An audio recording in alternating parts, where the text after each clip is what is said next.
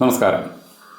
ധീരനായിട്ട് ജീവിച്ച് ധീരനായിട്ട് തന്നെ മരിച്ച ആയത്തുള്ള അലി ഖമനേയിക്ക് എൻ്റെ ഹൃദയംഗമായിട്ടുള്ള പ്രണാമം. നമുക്കറിയാം, ഭീരുക്കൾ ദിവസവും മരിക്കും. എന്നാൽ ധീരന്മാർക്ക് ഒരിക്കൽ മാത്രമേ ഉള്ളൂ മരണം. ധീരനായാലും ഭീരുവായാലും ശരി, പ്രകൃതിയുടെ നിയമമനുസരിച്ച് ഒരു ദിവസം ഏത് വ്യക്തിയും മരണപ്പെടും. ഇപ്പോൾ ആയത്തുള്ള അലി ഖമനയുടെ മരണം ആഘോഷിക്കുന്ന ഡൊണാൾഡ് ട്രംപും നെതന്യാഹുവും നാളെ മരിക്കും. അവരുടെയും മരണങ്ങൾ കുറിക്കപ്പെട്ട് കഴിഞ്ഞിരിക്കുകയാണ്. അതെപ്പോൾ സംഭവിക്കും എന്നുള്ളത് നമ്മൾ കാത്തിരുന്ന് കാണണം എന്ന് മാത്രമേ ഉള്ളൂ. ഉറപ്പായ കാര്യമാണ്.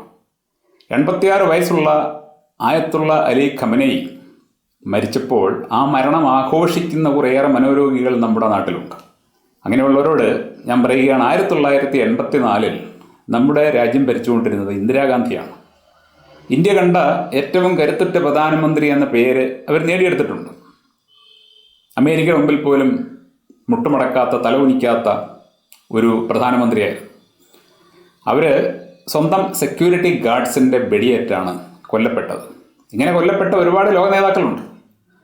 അവരൊക്കെ മരിക്കുമ്പോൾ അതോടെ ആ രാജ്യം തീരുകയല്ല ചെയ്തിട്ടുള്ളത്, കൂടുതൽ കരുത്താർജിക്കുകയാണ് ചെയ്തിട്ടുള്ളത്. അതേപോലെ തന്നെ ആയത്തുള്ള അലി ഖമനയുടെ മരണത്തിലൂടെ ഇറാൻ ഡബിൾ സ്ട്രോങ് ആയി മാറിയിരിക്കുകയാണ്. ആയത്തുള്ള അലി ഖമനെ എന്ന് പറഞ്ഞു കഴിഞ്ഞാൽ വെറുമൊരു വ്യക്തിയല്ല. അദ്ദേഹം ഒരു പ്രത്യയശാസ്ത്രമോ അല്ലെങ്കിൽ അദ്ദേഹം തന്നെ ഒരു ആശയമോ ആണ്. അദ്ദേഹത്തിൻ്റെ ആശയങ്ങളും നിലപാടുകളുമാണ് ഇറാനെ ഇറാനാക്കി നിലനിർത്തുന്നത്.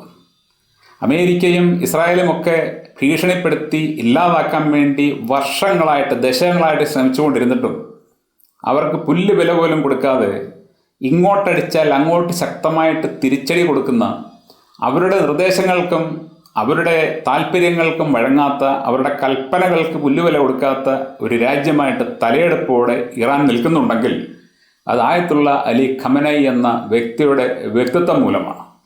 ഇപ്പോൾ അദ്ദേഹം മരിച്ചതോടുകൂടി ഇറാന് കിട്ടിയിരിക്കുന്ന ഏറ്റവും വലിയൊരു അഡ്വാൻറ്റേജ് എന്താണെന്ന് ചോദിച്ചാൽ, കുറേ കാലമായിട്ട് ഇറാനിലെ ജനങ്ങൾ അവിടുത്തെ ഭരണകൂടത്തിനോട് അല്പസ്വല്പം എതിർപ്പ് കാണിക്കുന്നുണ്ട്. സത്യം പറഞ്ഞു കഴിഞ്ഞാൽ ജനങ്ങളുടെ ഇടയിൽ കുത്തിത്തിരിപ്പുണ്ടാക്കുന്നത് അമേരിക്കയും ഇസ്രായേലുമാണ്. നിരവധി ചാരന്മാരെ കടത്തിവിട്ട് അവരുടെ ഇടയിൽ നിന്നും ചില ആൾക്കാരെ സ്വാധീനിച്ച് ഒക്കെയാണ് അവരെ സാധിച്ചെടുക്കുന്നത്. അപ്പോൾ അവരുടെയൊക്കെ വാക്കുകൾ കേട്ട് കുറച്ച് ആൾക്കാരെങ്കിലും ഭരണകൂടത്തോട് അതിർത്തി കാണിച്ചിരുന്നു. എന്നാൽ ഇപ്പോൾ ആയത്തുള്ള അലി ഖമനി കൊല്ലപ്പെട്ടതോടുകൂടി അവരെല്ലാവരും അതൊക്കെയും മറന്ന് ഒറ്റക്കെട്ടായിട്ട് രാജ്യത്തോടൊപ്പം നിൽക്കുന്ന കാഴ്ചയാണ് നമ്മളിപ്പോൾ കാണുന്നത്. എല്ലാ ജനങ്ങളും ഇപ്പോൾ ഒറ്റക്കെട്ടായിട്ട് ഇറാൻ്റെ ഭരണകൂടത്തിൻ്റെ ഒപ്പം നിൽക്കുകയാണ്. IRGCയും ഇറാനിയൻ പ്രസിഡൻറ്റും പറഞ്ഞിരിക്കുന്നത്, എന്താണോ ആയത്തുള്ള അലി ഖമനി തുടങ്ങി വെച്ചത് അത് കൂടുതൽ കരുത്തോടുകൂടി ഞങ്ങൾ നടപ്പിലാക്കുമെന്നാണ്.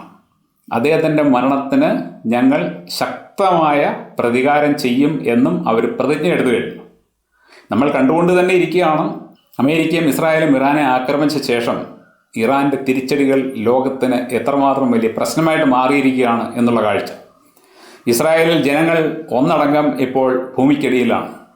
ഇസ്രായേലിൻ്റെ വിവിധ ഭാഗങ്ങളിൽ ശക്തമായിട്ടുള്ള ആക്രമണമാണ് ഇറാൻ നടത്തിക്കൊണ്ടിരിക്കുന്നത്. അതുപോലെ തന്നെ അമേരിക്കയുടെ മിലിറ്ററി ബേസുകൾ മിഡിൽ ഈസ്റ്റിൽ എവിടെയെല്ലാം ഉണ്ടോ അവിടമെല്ലാം ലക്ഷ്യം വെച്ചുകൊണ്ട് ഇറാൻ ആക്രമണം നടത്തിക്കൊണ്ടിരിക്കുകയാണ്. ഈ യുദ്ധം യഥാർത്ഥത്തിൽ തുടങ്ങി വെച്ചത് അമേരിക്കയും ഇസ്രായേലുമാണ്. എന്നാൽ അതിൻ്റെ തിക്തഫലം അനുഭവിക്കാൻ പോകുന്നത് അറബ് രാജ്യങ്ങളും ഇന്ത്യയും, പ്രത്യേകിച്ച് നമ്മൾ കേരളവുമാണ്. ഗൾഫ് മേഖല അസ്ഥിരമായി കഴിഞ്ഞാൽ അതിൻ്റെ പ്രത്യാഘാതം ഏറ്റവും കൂടുതൽ നേരിടാൻ പോകുന്നത് നമ്മുടെ സംസ്ഥാനം തന്നെയാണ്. നമ്മുടെ സംസ്ഥാനം നിലനിൽക്കുന്നത് ഗൾഫ് പണം കൊണ്ടാണ്. അവിടെ എന്തെങ്കിലും പ്രശ്നമുണ്ടായിക്കഴിഞ്ഞാൽ അതിൻ്റെ പ്രത്യാഘാതങ്ങൾ, അതിൻ്റെ പരിണിത ഫലങ്ങൾ നമ്മളായിരിക്കും ഏറ്റവും കൂടുതൽ അനുഭവിക്കുക. അതേപോലെ തന്നെ ഇന്ത്യൻ വ്യാപാര രംഗം വളരെ വലിയ ഭീഷണിയാണ് ഇപ്പോൾ നേരിട്ടുകൊണ്ടിരിക്കുന്നത്. കാരണം ഇറാൻ ഹോർമോസ് കടലിടുക്ക് അടച്ചു. അതുവഴിയാണ് ചരക്ക് കപ്പലുകൾ പോകുന്നത്. ഇന്ത്യയിലേക്കുള്ള ഇറക്കുമതിയും ഇന്ത്യയിൽ നിന്നുള്ള കയറ്റുമതിയും എല്ലാം തന്നെ അവരിനി അത് തുറക്കുന്ന കാലം വരെ അനിശ്ചിതത്വത്തിലായിരിക്കും. അങ്ങനെ ഇറാൻ എന്ന് പറയുന്ന ഒറ്റ രാജ്യത്തിൻ്റെ തീരുമാനവും പ്രവൃത്തികളും സത്യം പറഞ്ഞു കഴിഞ്ഞാൽ ലോകത്തെ ഒന്നടങ്കം ഇപ്പോൾ ബാധിച്ചിരിക്കുകയാണ്. ഇങ്ങനെ ഒരു അവസ്ഥയിലേക്ക് ആ മേഖലയെ കൊണ്ടിട്ടതാരാണ്? അമേരിക്കയും ഇസ്രായേലുമാണ്. അവരുടെ ലക്ഷ്യം ഇറാനെ മെരുക്കുക എന്നത് മാത്രമല്ല, അവിടെ അസ്ഥിരതയുണ്ടാക്കിയിട്ട് ആ മേഖലയിലുള്ള എല്ലാ രാജ്യങ്ങൾക്കും ഒരു ഭയപ്പാടുണ്ടാക്കി അവരെ കൊണ്ട് ഇവരുടെ യാതൊരു ഗുണവുമില്ലാത്ത ആയുധങ്ങൾ വാങ്ങിപ്പിക്കുക.